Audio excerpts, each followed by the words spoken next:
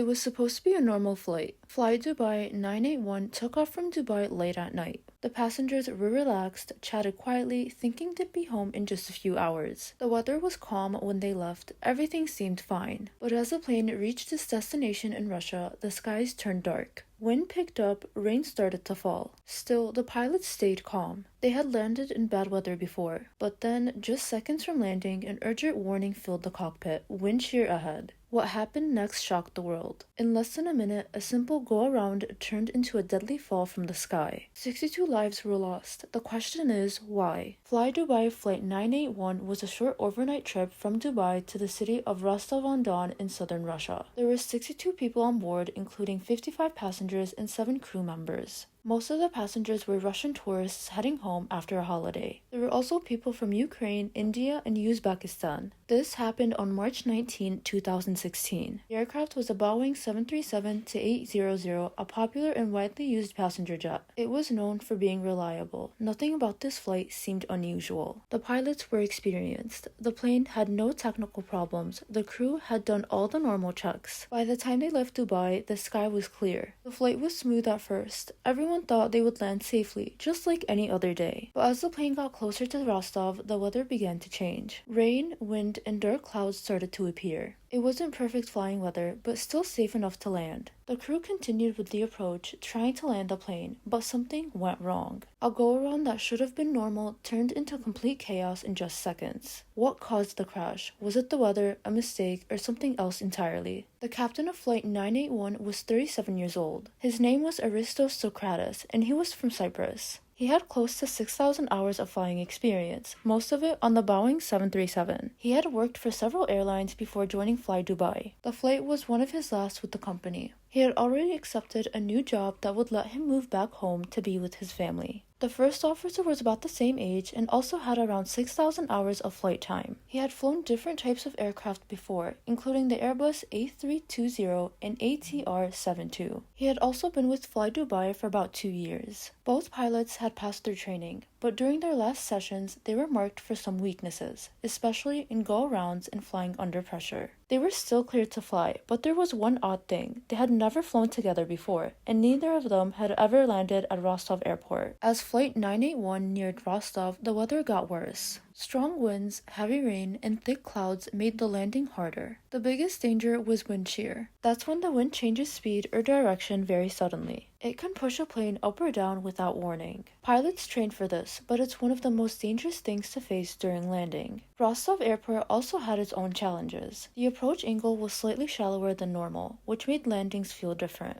Also in Russia, pilots use meters instead of feet to measure altitude, and they set their instruments to the airport's height, not sea level like in most countries. This can be confusing, and small mistakes can lead to big problems. Because of all this, Flydubai had a rule. Only the captain could land at Rostov. The first officer was there to assist, not to fly. Even with all these risks, the weather was still considered just within the safe limits. So the crew decided to try to land. As the plane came closer to the runway, the turbulence got worse. The aircraft was shaking hard. The pilots worked to keep control. Passengers were gripping their seats. Then, a loud voice filled the cockpit: wind shear ahead. That was the signal to go around. The captain reacted quickly. He pushed the engines to full power and pulled the plane's nose up. They climbed sharply, but it wasn't easy. The plane started getting too fast. The flaps were still out, and if they stayed out too long at that speed, they could break. The captain had to push the nose down while also managing the speed. He used a system called trim to help, but it added more pressure. Eventually, he slowed the plane and leveled up. The danger was over for now. The go-around was messy, but they were still alive, and they had enough fuel to wait. After climbing away from the airport, the pilots started flying in circles above the area. This is called a holding pattern. They hoped the weather would calm down enough for them to try again.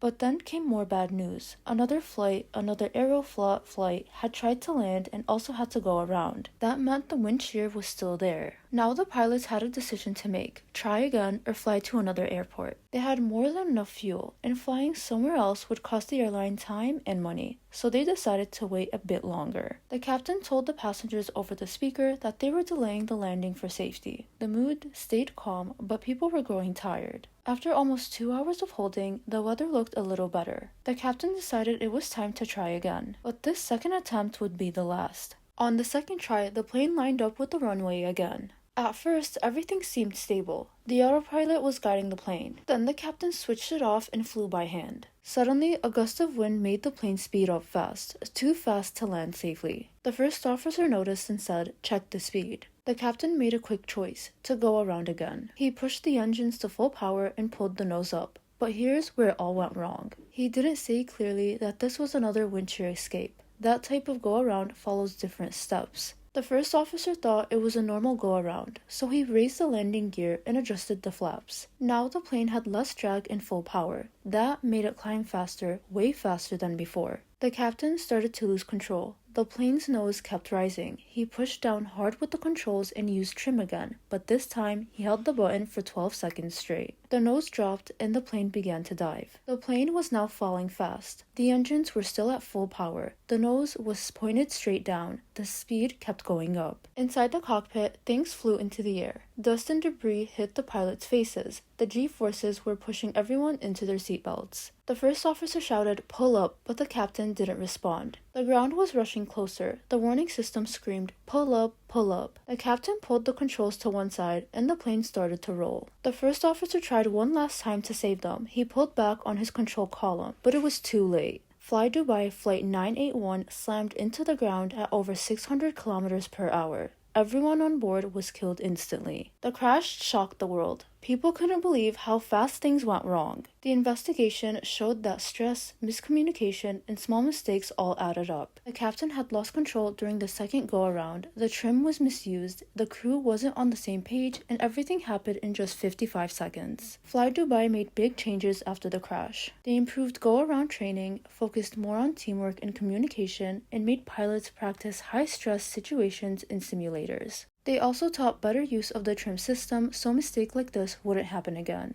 This accident showed how even small mistakes under pressure can lead to tragedy. Behind every flight safety rule today is a story like this one. This crash taught the aviation world some hard lessons. First, clear communication between pilots is everything, especially during stressful moments. Just one misunderstanding can lead to disaster. Second, pilots need more practice handling real-life emergencies, not just textbook procedures. And third, even experienced crews can make mistakes under pressure. That's why ongoing training, teamwork, and mental readiness are just as important as flying skills. Flight 981 showed the world how quickly things can fall apart in the sky and why learning from past mistakes saves lives in the future. Today, every time a pilot trains for a go-round, every time a simulator runs a stressful emergency, and every time a flight lands safely in bad weather, it's partly because of the people who didn't make it home that night. Their story became a warning, their loss became a lesson. Flydubai 981 is more than a crash. It's a reminder of how fragile life can be at 30,000 feet, and how 1 second of silence or confusion in the cockpit can echo forever. And in aviation, where every moment matters, sometimes the price of progress is written in the skies. We owe it to the victim to remember their names, not just the flight number. We owe it to the future to ask hard questions even when the answers hurt, because every crash tells a story, and every story has the power to prevent the next one.